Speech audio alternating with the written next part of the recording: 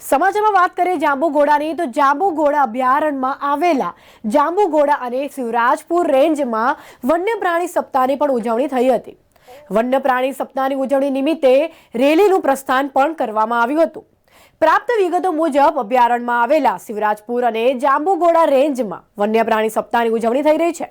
ત્યારે વન્ય પ્રાણી વિભાગ વડોદરા દ્વારા વન્ય પ્રાણી સપ્તાહની પણ ઉજવણી જાંબુઘોડા અભયારણ્ય ખાતે ડીએફઓ આરવી રાઠોડના માર્ગદર્શન હેઠળ શિવરાજપુર વન્ય પ્રાણી રેન્જથી વન્ય પ્રાણીઓના સ્ટેચ્યુઓનું પ્રદર્શન રેલી સ્વરૂપે કરવામાં આવ્યું હતું। આ વન્ય પ્રાણી સપ્તાહની ઉજવણીનો શુભારંભ પણ કરવામાં આવ્યો હતો।